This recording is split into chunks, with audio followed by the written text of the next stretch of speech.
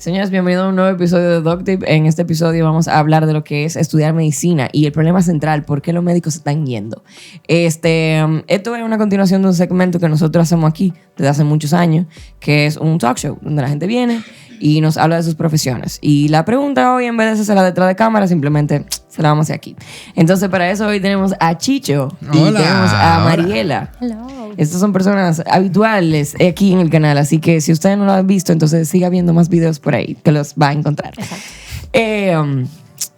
Yo dije, Gladys, no lo diga, lo voy a decir. Yo no hice preguntas para hoy. Yo dije, si tú no lo dices, Gladys, nadie se va a dar cuenta.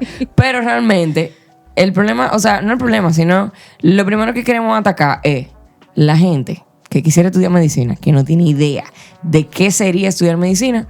Este video es para ellos. O la gente que está estudiando medicina ya y tal vez no están seguros o no tienen idea de qué se le encuentra después. Este video también es para ellos. Entonces, la primera pregunta para ustedes es: ¿cómo llegaron a la medicina? ¿Cómo se dieron cuenta que querían estudiar medicina? ¿Quién quisiera comenzar?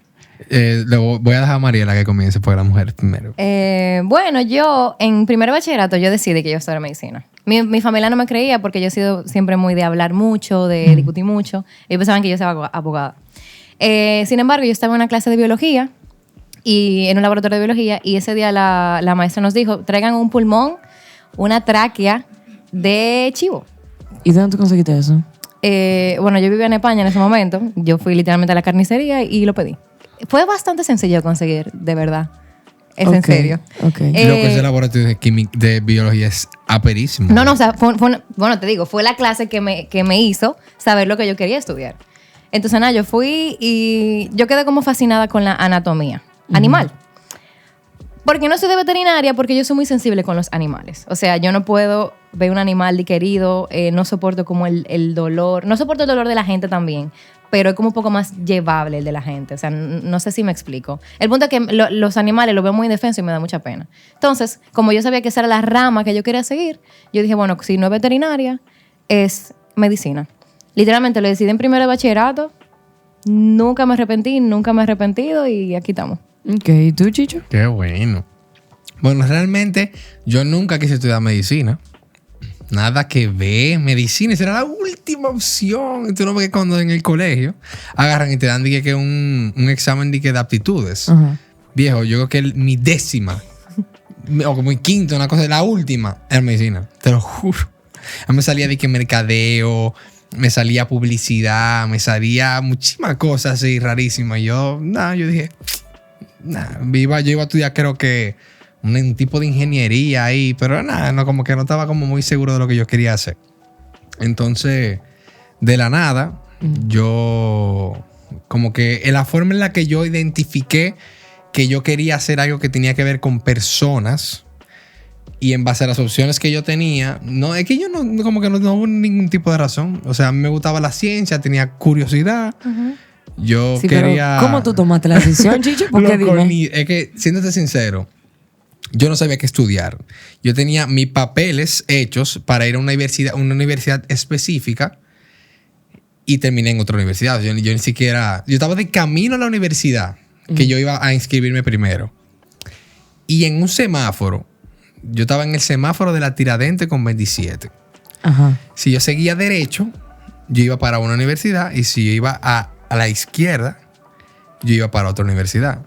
Y de la nada, en esos 60 segundos que me tocó, yo no tenía ni siquiera una carrera específica escrita en la inscripción. Yo solamente iba a llegar, iba a mirar la tabla y verle qué escoger. No, esa. O algo más relacionado con lo que yo considere que puede ser que me ayude en algún futuro. Pero mi familia tiene alguna fábrica y cosas, y puede ser que me vaya por ahí. Vamos a ver. Yo estaba de camino, yo no sabía. Y inmediatamente en ese momento yo dije, bueno, a mí me gusta la gente, yo soy curioso. ¿Y por qué no medicina? Vamos a ver. Y le pregunto a mi mamá, mami, a tu entender, ¿cuál es la mejor universidad de medicina? Tal. Y yo, ok. Rompí la inscripción de la universidad a la otra universidad. Pero tú puedes decir, ¿dónde tú estudiaste? En UNIBE. Ok. Yo estudié en UNIBE y yo me iba a inscribir en la Pucamaima. Ok. Entonces yo iba de camino para la Pucamaima y yo dije, yo no sabía que yo iba hacia allá. O sea, yo iba a llegar Y yo le dije, mami, una pregunta de casualidad, ¿cuál es la mejor universidad de medicina a tu entender? Ay, para mí es UNIBE. Ah, ok. Yo lo pongo UNIBE, vamos a ponerme UNIBE en medicina. Y vamos a ver qué tal. Tú sabes que... No, que te sorprendería la cantidad de gente que lo decide así. Es que yo entiendo que a los 18 es una edad como que tú todavía no estás preparado. O sea, porque se supone que tú vas a estudiar de lo que tú vas a depender el resto de tu vida. Entonces a los 18 quizás tú no tienes, o sea, tú no sabes qué es lo que tú quieres. Tú sabes que eso era un tema realmente que yo quería tocar, y es que yo he escuchado mucho que la medicina es una de esas carreras que la estudia el que está muy seguro de que la quiere estudiar. Gente que sabe de que desde niño o desde joven que quiere estudiar medicina y que estudia medicina y que por ende nunca se quita. Pero entonces, ¿qué pasa? Me parece muy bonito que entonces tú seas todo lo contrario, Chicho, porque así hay gente que tal vez dice, cónchale, he considerado estudiar medicina, pero como no es algo que lo llevo dentro del corazón, tal vez no es para mí. Pero mira que lo que era. O sea, como tú terminaste así, fue una decisión a lo loco y nunca te arrepentiste de nada. En la carrera fue que me enamoré. O sea, ya yo llevaba 1 año, 2 años, y ya como a los 2 años, porque yo dije, me gusta. Y También, ahí yo dije, yo seguí. También es que tú no sabes con qué que tú te vas a encontrar. O sea, exacto.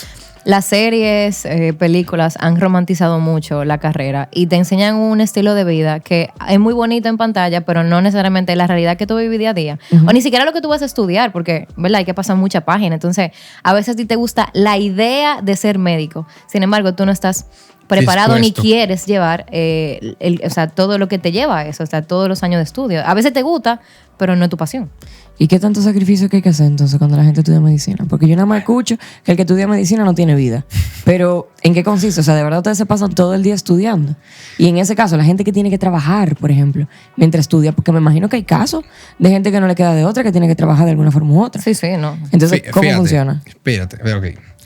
Lo que pasa es que la gente tiende a no reconocer que las cosas son por etapas. La gente nada más, como dice Mariela, está la idea, el final, ¿entiendes? O sea, ya cuando tú eres lo último de lo último, que ya tú llevas años ejerciendo, ¿entiendes? Eso es lo que la gente ve.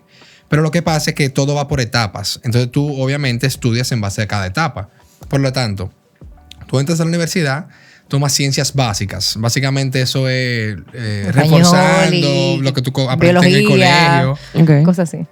Luego tú pasas a ciencias básicas, que básicamente el comienzo de lo que es la medicina o la fisiología humana per se. O sea, que más o menos el primer año yo sí puedo tener vida.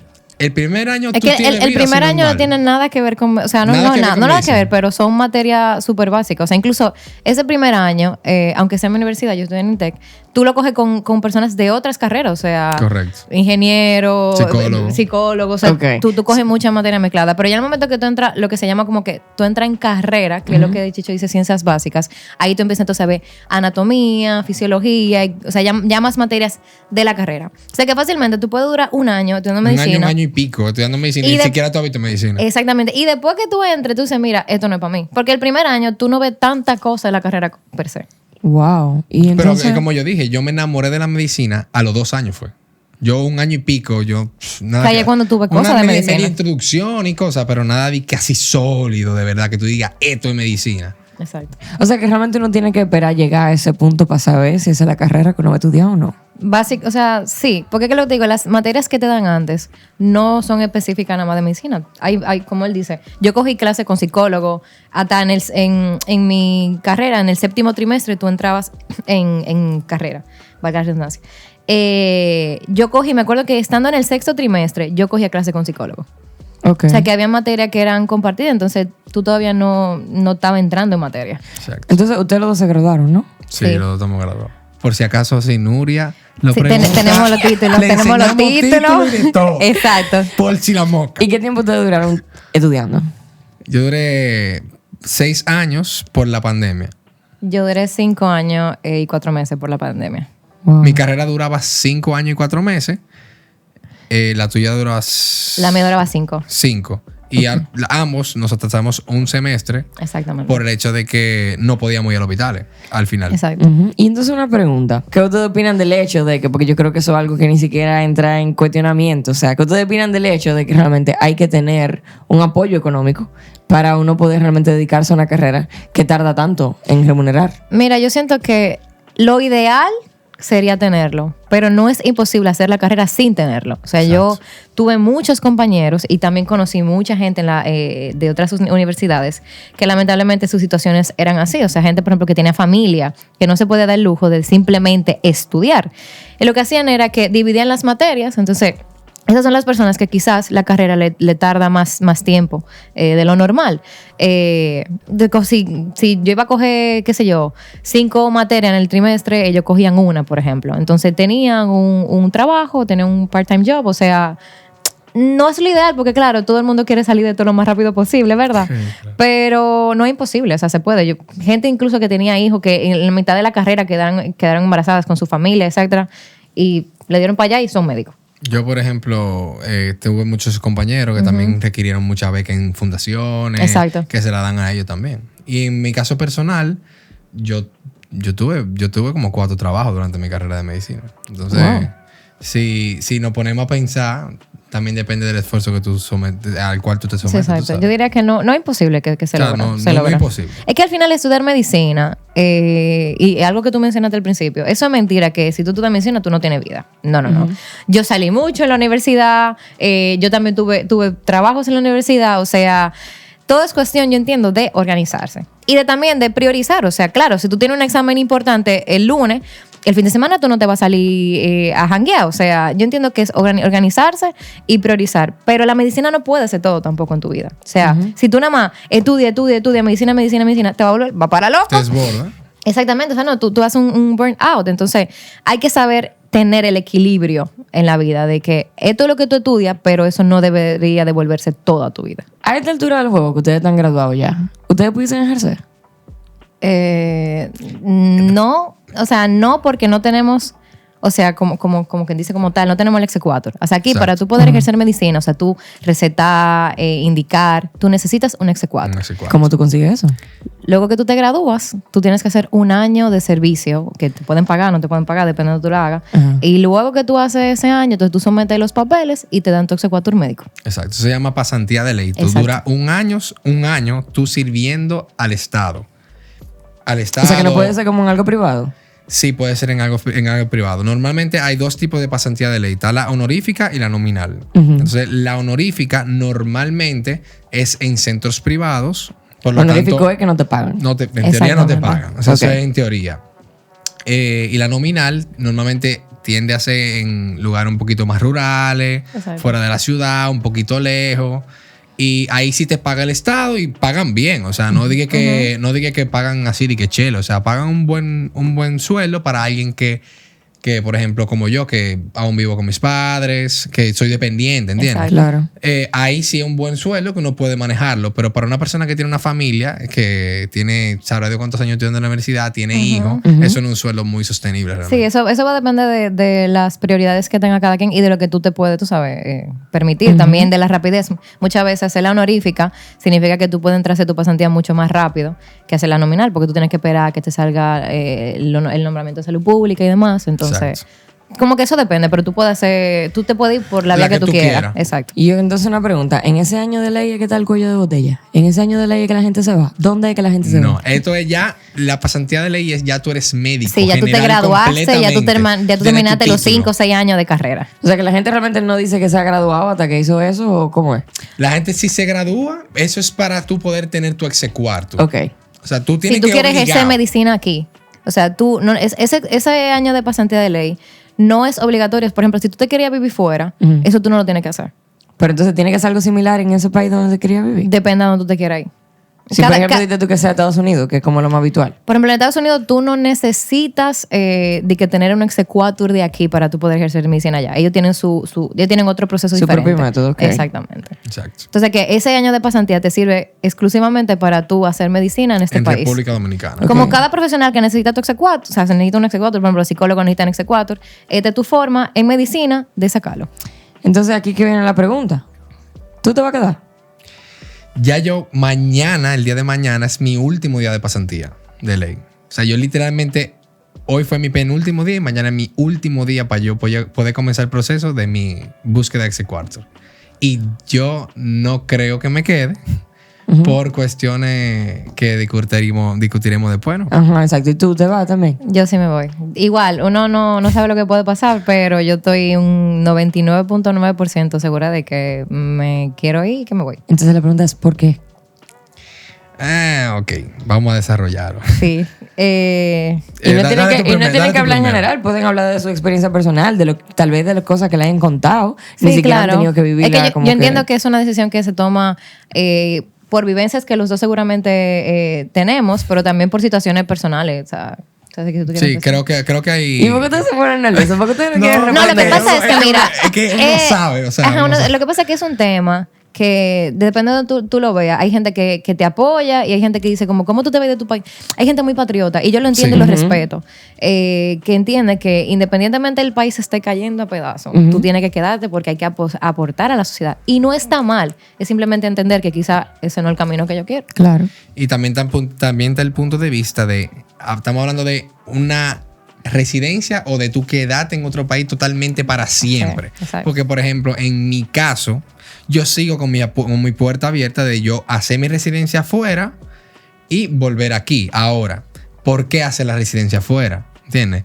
¿Por qué no simplemente hacer una residencia aquí? Antes de, por si acaso, por si hay alguien que es médico que no está que está viendo esto por primera vez y Ok, no entiende. exacto. Cuando tú terminas la carrera, tus 5 años de medicina, y tú haces tu pasantía de ley para ejercer aquí, vamos a hablar, tú tienes que hacer una residencia. La residencia va a depender de la especialidad que tú quieras hacer. Si tú quieres ser cirujano, si tú quieres ser pediatra, tú tienes que entrar a una residencia que normalmente lo mínimo que tiene una residencia son 3 años. Si tú quieres ser, por ejemplo, médico interno, tú tienes que hacer tu residencia de medicina interna, que son 3 años. Si tú quieres ser pediatra, tú haces tu residencia de pediatría. Si eres general, tiene tanto tiempo. Exactamente. Y eso es lo que ustedes van a hacer fuera. Eso es lo que nosotros queremos hacer fuera. Entonces, cuando tú terminas la residencia, cuando ya tú eres especialista, tú puedes bien volver al país o tú puedes seguir estudiando porque hay subespecialidades. Por ejemplo, ser cardiólogo es una subespecialidad de medicina interna, aunque sea en este país. Uno dura 3 años de medicina interna y luego uno pasa a una residencia de De cardiología. Ok. ¿Cuál ha sido la experiencia más loca que ustedes han pasado estudiando medicina? Sabes que son tantas. De una de mis experiencias más locas fue una vez que yo estaba, por ejemplo, en un servicio. Yo estaba en un servicio de cirugía y era un hospital traumatológico y llegó un paciente que había estrellado en un motor derecho con una patana. Derecho con una patana y tenía básicamente casi la pierna colgando. Y eso fue algo bien extraño. ¿Fue la primera vez? Esa fue una de las primeras veces que yo sentí que esto es una locura. O sea, ¿qué yo estoy haciendo aquí? Pero se resolvió, gracias a Dios el paciente vivió y todo perfecto. Pero fue algo muy shocking. Wow. Bueno, yo he contado mis experiencias en un video que hicimos aquí hace como un año. Pero para no contar una experiencia, sí te voy a decir que algo que a mí me impactó y que incluso es una de las razones por las que yo me quiero ir, es que yo no sabía cómo era el sistema de salud de nuestro país. Uf, Y yo creo que eso sí es una buena forma de yo creo que una de verlo. las cosas que a mí más me impactó es de conocer de primera mano cómo funciona nuestro sistema de salud. ¿Pero cómo funciona? ¿Qué fue lo que viste? ¿Qué fue lo que te impactó? Mira, tanto si tú eres paciente como si tú eres médico, yo entiendo que no es fácil. O sea, cuando tú eres paciente, nosotros, por ejemplo, en la carrera, vamos mucho a hospitales públicos, porque ahí donde están las escuelas la mayoría de escuelas de residencias de país. Entonces ahí es donde uno va en la carrera y hace servicio y demás. O sea, la cantidad de recursos que no tienen los hospitales y que necesitan. Para que tú entiendas, una vez yo estaba en una cirugía, y en medio de la cirugía, en un hospital que no quiero mencionar nombre, pero un hospital muy importante de aquí, o sea, público muy importante de aquí, de Santo Domingo, en medio de la cirugía se acabó el hilo. Y mandaron a la enfermera a que le dijera a los pacientes que cruzaran una farmacia que estaba al frente a comprar un hilo. Wow. Para que lo entiendan. Por falta de... Por falta de material. Sí, ¿Y sí. no podían ni ellos comprarlo sin que el paciente se diera cuenta? Ya es más fácil que los familiares que están ahí afuera esperando lo compren. Igual, o sea, cuando tú haces servicio, cuando tú eres interno, tú tienes que andar con jeringuilla, con gasa, con algodón, porque o sea, muchas veces tú no lo vas a encontrar. Y si hay pocos y las enfermeras no te lo van a suplir. Igual los residentes, o sea, la cantidad de residentes que tenían que tener su tubo de toma de muestra y todo eso, o sea, porque en el hospital no hay. Entonces, ahí tú te dices, ¿dónde están los recursos? No hay abasto para la cantidad de pacientes que llegan y se supone que un centro de salud tiene que tener todos los materiales ahí. O sea, uno no debería de josear los materiales para tú poder continuar con la evolución de tu paciente, tú sabes. Pacientes que vienen de Barahona a una cita de médica que le digan, mira, ya, no vamos a seguir atendiendo más gente, ya se acabó la hora. O sea, son todas esas cosas. Hay muchas historias específicas como la que dijo Chicho, pero yo creo que darte cuenta de cómo es la cosa y de qué tan dañado está el sistema, tanto de ambas caras, como de ser paciente y de ser médico. Eso fue la cosa que más impactó, porque uno no tiene conocimiento de eso. ¿A ustedes les ha tocado atender pacientes así como ustedes? Como que te dejen solo, como que tú tengas una pasantía o claro. ¿Cómo se llama? R1, R2, R7, R9. Sí, esos son los años de la residencia. O sea, el primer año tú eres R1, segundo año tú eres R2. Por eso ¿Hasta dónde llegan las R? Depende de la especialidad. O sea, hay especialidad de pediatría dura 3 años, medicina interna dura 3 años. ¿Cuál es la más larga que tú conoces? Creo que cirugía general dura 5 años en muchos sitios. No, porque ortopedia dura 5 también. Pero había una que duraba 6, yo creo. No estoy 100% Si usted se acuerda cuál es esa que llega hasta el R6, por favor pónganlo en los comentarios. ¿Tú sabes? R18. Mira, ¿tú sabes algo que me impactó mucho? Fue la metodología en la cual desarrollan el entorno académico en las residencias y especialidades de este país. Punto número 2, por lo cual no queremos irlo, estoy segura. Punto número 2, por el cual muchas personas, estudiantes, tienden a repeler hacer una residencia aquí, por el hecho de que realmente yo entiendo, por ejemplo, que lo que pasa es que en medicina todo es muy jerárquico. Okay. Por lo tanto, el R1 sirve al R2 y a todos sus superiores. El R2 tiene al R1 como asistente, no asistente, sino como auxiliar, y sirve al R3 y etcétera. Es así. O sea, básicamente todo se basa de manera jerárquica. Pero ¿qué pasa? Muchas veces, yo por ejemplo que roté en hospitales que también se involucraban lo que es un rango militar, un rango de policía o etcétera, eso se ve demasiado. Entonces lo que hace que muchas veces puede ser que hasta exploten un poco al residente. Por lo tanto, yo creo que son cosas que yo creo mucho en el trabajo en equipo. Por lo tanto, eso hace que tirarle todo el trabajo a una persona, simplemente porque no es superior a ti, no necesariamente me llama mucho la atención. Por lo tanto, yo no creo que eso sea algo que yo quisiera vivir, ni quisiera que nadie viviera. Por lo tanto, yo creo que deberían de reformular esa forma de tratar. Sí, hay como mucha falta de abusivo. Incluso. Sí, eso es. Hay mucha falta de respeto, mucho abuso de poder. O sea, hay veces que óyeme, cualquier persona, por ejemplo, un R1, cualquier persona en un hospital, en muchos, ¿verdad? Para no decir todos, es más importante que un R1. O sea, al R1, al pobre, lo pisotean por el piso. Es el muchacho de lo mandado. ¿Te entiendes? Entonces, para que tú entiendas, yo me acuerdo estaba en el preinternado de ginecología y obstetricia y yo me encontré con una R1 que tenía 9 días en el hospital. En nuestro sistema se utilizan las sanciones en muchos hospitales, que es, por ejemplo, te pueden hacer una pregunta, te dicen que haga algo y por falta de tiempo o X o Y no lo hiciste, te trancan con horas extra. O sea, dígase, si tú tienes que salir del hospital a las 4 de la tarde y a ti te pusieron una sanción de 8 horas, pues ya tú no te vas a las 4. Ya tú te vas cuando cumplas las 8 horas. Y así. Entonces, el caso de ella, se le habían acumulado tanto las sanciones que ya tiene 9 días en el hospital. Sin dormir.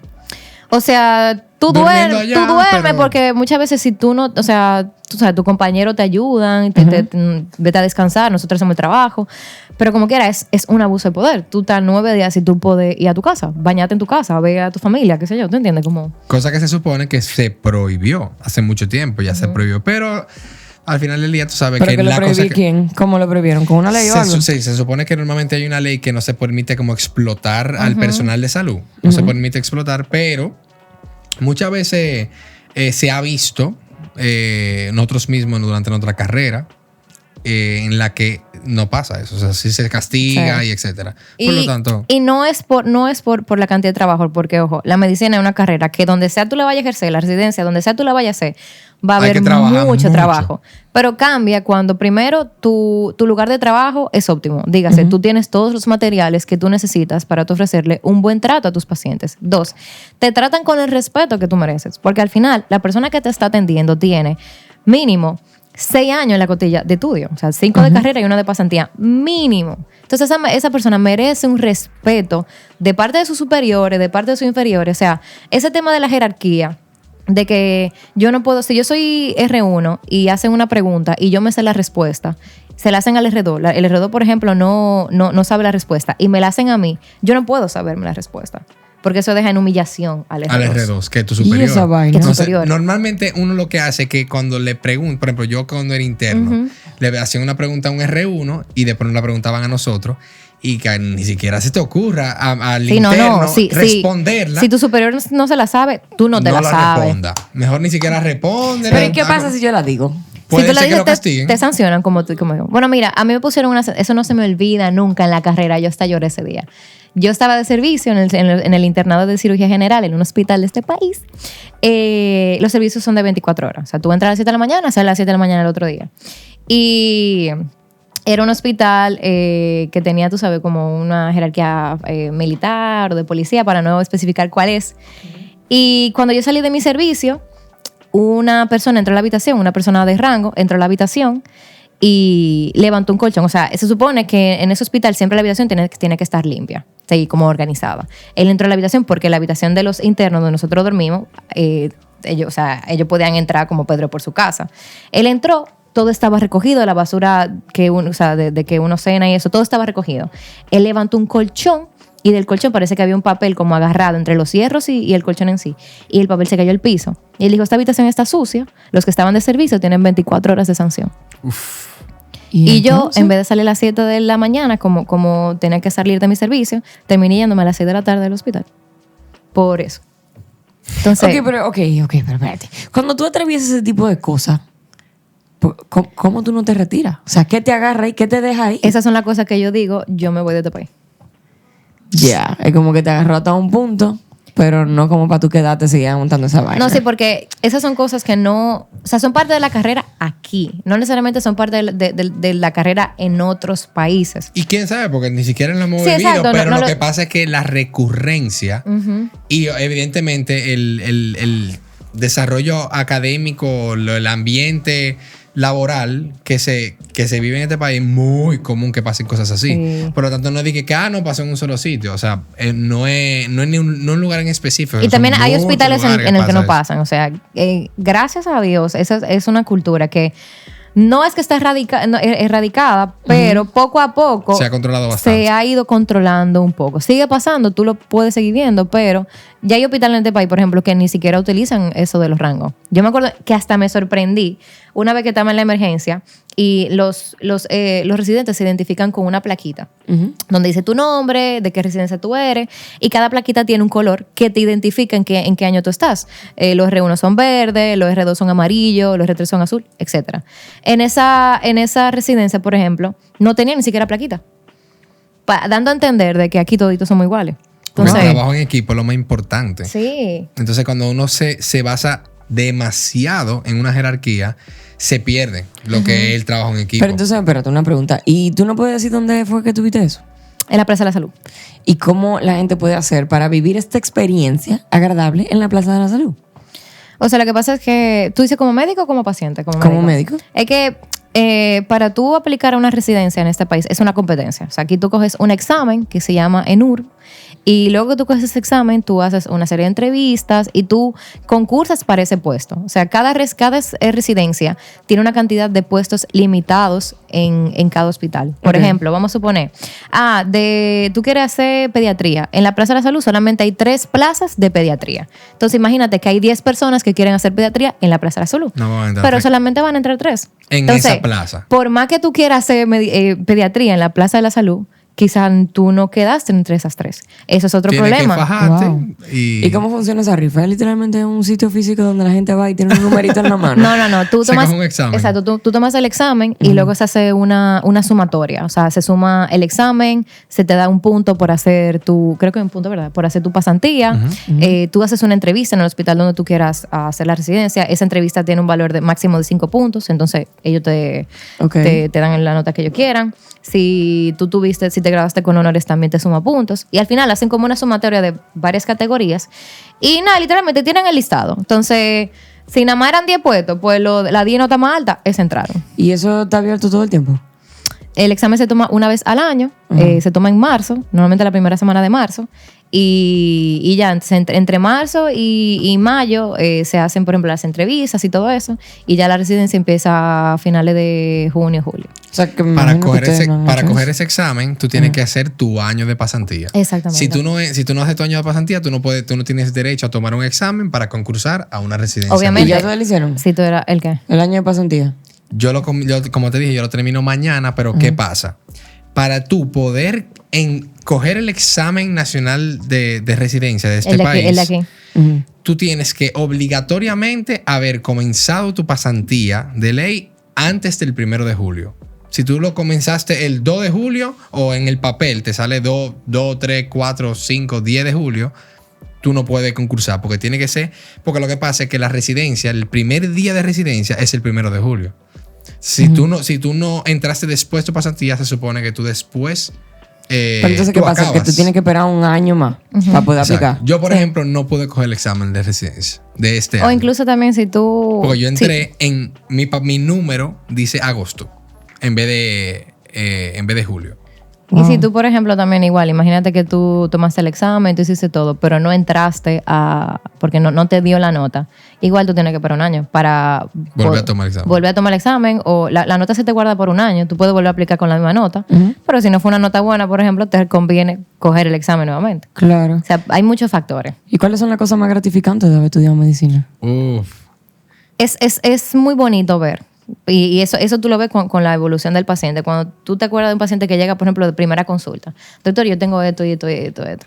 Y tú le mandas los estudios necesarios, le mandas los medicamentos necesarios, y que tú ves que ese paciente vuelve y te dice, doctor, me sané. Wow. Pero el agradecimiento de los pacientes es como un agradecimiento tan genuino. Y tú dices, óyeme, mis conocimientos, yo me puse a sumar números en mi cabeza y yo ayudé a esta persona con el malestar que tenía. O sea, es muy gratificante realmente. Bastante, definitivamente. El hecho de que tú, porque lo que pasa es que, señores, es trabajando con la salud de una gente. Sí. O sea, la salud de una persona es la cosa más sagrada en el mundo de un ser humano, viejo. Bueno, que sin O sea, el salud no hay hecho de nada. ¿Eh? Sí. Sin salud no hay nada. O sea, imagínate que tú, simplemente porque tú pusiste un pequeño grano de arena, tú no sabes qué tú pudiste hacer con la vida de un paciente. Por ejemplo, hay algo que se llama la hipertensión arterial crónica. Eso se le llama coloquialmente el asesino silente. Se le llama el asesino silente. Por ejemplo, muchas veces la gente lo que hace es que tiende a dejar pasar una hipertensión arterial simplemente porque no, que eso fue porque se molestó. Pero tú no te imaginas el grado de beneficio que tiene tú realmente identificar una hipertensión, referirlo a un cardiólogo, que lo mediquen. Tú no te imaginas la cantidad de beneficios que hay nada más por hacer esa identificación y mandarlo para el cardiólogo. Tú no te imaginas lo que le cambia la vida de una Tú le gente. coges mucho cariño a los pacientes. También otra cosa de estudiar medicina que a mí me gusta es que yo soy muy curiosa y entender cómo funcionan las cosas de tu cuerpo. O sea, yo a veces estoy leyendo y digo de que, wow, esto, por eso que esto y me quedo de que, loco, qué Sí, chulo. aperísimo. Sí, como los otros días que yo me topé con un TikTok que decía que la orina es sangre. ¿Eh? Que la orina es sangre, decía el TikTok. Sangre filtrada. Ajá. filtrada. Oh, no, ahora sí. Exacto. Ajá. No, obviamente no es sangre. Tú ¿Cómo imaginas que la orina es sangre? Yo, ¿qué? Está todo No, bien. si hay sangre ahí, ¿cómo? Oye, ¿cómo que la orina es sangre? Me quedé, ¿cómo así? Pero como Eso- que era eso sangre no es bueno. filtrada, una vaina así, yo no sé. Y estaban mencionando un sinnúmero de curiosidades. Entonces, ¿qué cosa le hubiese gustado que le dijeran antes de ustedes comenzar a estudiar medicina o en sus primeros años de estudiar medicina? Ok. Porque me imagino que hay gente allá afuera que, no sé, se va con un sabor tal vez amargo de todo esto que hemos hablado, de cómo es el proceso de uno ejercer aquí. Entonces, Si están estudiando ya y no quieren dejar de estudiar, ¿cómo ustedes les recomiendan que se mantengan ahí como firmes? A mí esa pregunta me la han hecho bastante en Instagram. Y yo siempre le digo, casi siempre les respondo lo mismo a todo el mundo. Yo siempre le digo, recuerda la razón principal por la que tú empezaste a estudiar eso. O sea, en mi caso, en la carrera sí hubo muchos momentos de estrés, de llorar, de que doctores te decían, tú no das para esto. Tú mismo te decías como que, óyeme, yo doy para esto es lo mío. Y después yo me iba atrás a la Mariela de primer bachillerato, la que decidió tú de medicina, y decía, es que esa Mariela es la que yo soy. O sea, esa decisión que yo tomé es la que yo mantengo. No sé en el caso de Chicho porque fue totalmente random. Sí. Pero en mi caso yo le digo eso. Piensa la razón principal por la que tú estudiaste eso. Y también piensa qué tú quieres ser en el futuro. Uh-huh. Porque el sentimiento es pasajero. O sea, el estrés es pasajero. El pique es pasajero. Está cabrón que tú tomes una decisión duradera por un sentimiento pasajero. Uh-huh. Entonces, piensa qué tú quieres en el futuro, cómo tú te ves en el futuro. Tú te ves siendo un pediatra, tú te ves sanando pacientes. Entonces, este es el camino. Lamentablemente, no hay otra forma. Este es el camino que tú tienes que recorrer. Entonces, como la caballo. Claro. Dale para adelante. ¿Y tú qué tú dices? Ella dijo muchas cosas que son muy ciertas. O sea, me identifico totalmente con todo lo que tú dijiste. Otra cosa que yo podría decir y agregar con relación a ese tipo de temas, para continuar en ese momento de estrés, en el momento en el que tú te sientes que se está acabando el mundo y tú quieres salir de medicina, que te tienes harto, yo digo es que recuerda que tú vas a hacer demasiado bien. Entonces, el hecho de que tú tomes una decisión así como que por un simple impulso momentáneo, como que, ay, me desesperé, me quité de la medicina y ya. O sea, tú sabes, toda la gente que se pudieron haber beneficiado simplemente porque tú decidiste seguir. Entonces, hay que pensarlo muy bien antes de tú decidir que tú no quieres ser médico. Y también tener claro que esto es, o sea, que tu camino va a ser diferente al camino del otro. O sea, en nuestra carrera quizás hay un poco de competencia y de compararme al camino que sigue el otro. Que fulano ya terminó la carrera. Que fulano ya entró a residencia o lo que sea. Pero quizás tú quieres otra cosa diferente para tu vida. Que tú terminaste la carrera en 5 años, pero ya yo llevo 7 y no la he terminado. No pasa nada. Es que el objetivo, o sea, el objetivo es llegar. El objetivo no es el tiempo en el que tú llegues. Y al final, yo siempre decía, lo importante es que tú aprendas literalmente lo que tú estás leyendo, porque al final, el paciente no te va a preguntar si tú te graduaste con honores o si tú te graduaste en 7 años. Es lo que le va a interesar que tú tengas el conocimiento en tu cabeza. Claro. Exacto. No te va a preguntar el título, pero ahora aparentemente deberíamos empezar a preguntar el título. Sí, pareciera que eso hay que pedirlo. Señores, bueno, tenemos preguntas del público. Dale, público, pregunte. Muy buena pregunta. Muy buena pregunta. Pasa mucho. Isa pregunta que si realmente vale, ¿qué ustedes opinan de la gente que cree que entra a estudiar medicina solamente porque entiende que tiene una alta remuneración económica, a pesar de todo el esfuerzo que realmente requiere la carrera? Error. O sea, tú no empiezas a ver dinero, de que dinero de verdad, o sea, dinero que te diga, estoy ganando la paca, como 10, 15 años, 15 años después. Después que tú empiezas la carrera, o sea, no hay forma, hay maneras muchísimo más fáciles, más rápidas de tú ganar dinero que estudiar medicina. Yo te lo asegurado, mira, sí. Madera, que si yo no hubiera sido médico, yo estuviera muy mejor económicamente, por ejemplo, en este instante. Sí, porque o sea, nos pasa que la mayoría de nosotros, todavía a los 24, 25 años, están viviendo con sus padres. O sea, yo tengo 25 y yo estoy viviendo con mi mamá todavía. Yo soy una mantenida todavía. Que aunque yo puedo ganar X o Y dinero, por ejemplo, por la pasantía que te pagan, que te pagan, pero no es el tanto dinero para tú que todavía vivir solo, por ejemplo. O sea, no. Cuando tú eres especialista, a nosotros nos faltan 5 años todavía de especialidad. De residencia. Para terminar la especialidad. Porque después que tú terminas la especialidad, entonces ahí que tú sales al mercado laboral, si es que tú no quieres hacer una super especialidad. Que son 3 años más. Que son 3, depende de la o sea que no, por favor. Si tú quieres hacer dinero, búscate otra forma. Esta no es la forma de hacer dinero. Rápido, no es la forma, no lo haga. A largo plazo puede ser, como que si te pones a pensar en eso, pero... Muy largo plazo. Sí, muy largo plazo. Es una persona que le gusta mucho la medicina y no se ha dado cuenta. Muy largo plazo. Y anda por ahí diciendo que por el dinero. Y yo, por ejemplo, hice mi pasantía honorífica, papá. Yo duré 1 año sin que me pagaran, trabajando todos los días en una clínica. Un año. Sí, pero yo leí por ahí en un podcast de un amigo de nosotros recomendado que se llama La Nómina. No me he tirado el episodio todavía, pero escuché que hablaban del concepto de salario emocional. Entonces a ti se te pagaban, lo único que no en dinero. En experiencias. Estuvo buena En esa. experiencias. Oh my God. Claro, sí, porque te estaban dando el chance de tú vivir Eso algo es correcto. que te llenaba emocionalmente. Entonces, señores, eso fue todo por el episodio de hoy. Dejen en los comentarios qué otras profesiones o qué otros temas con personas que tienen la experiencia ustedes quisieran ver aquí en estos videos de los talk shows de DocTip. Muchísimas gracias, Chiche. Muchísimas gracias, A ti por la Mariela. invitación. Gracias, un placer. Y muchísimas gracias a todo el que llegó hasta aquí. Si le pareció un video sumamente interesante, mándale a su amigo que está estudiando medicina, o al que dice que quiere estudiar medicina, o al amigo que se quiere ir, o al que se va a quedar. Mándaselo a todo el mundo. O sea, póngalo en todas partes. Donde sea que poner link, póngalo ahí. Y nos vemos en el próximo episodio. Chao.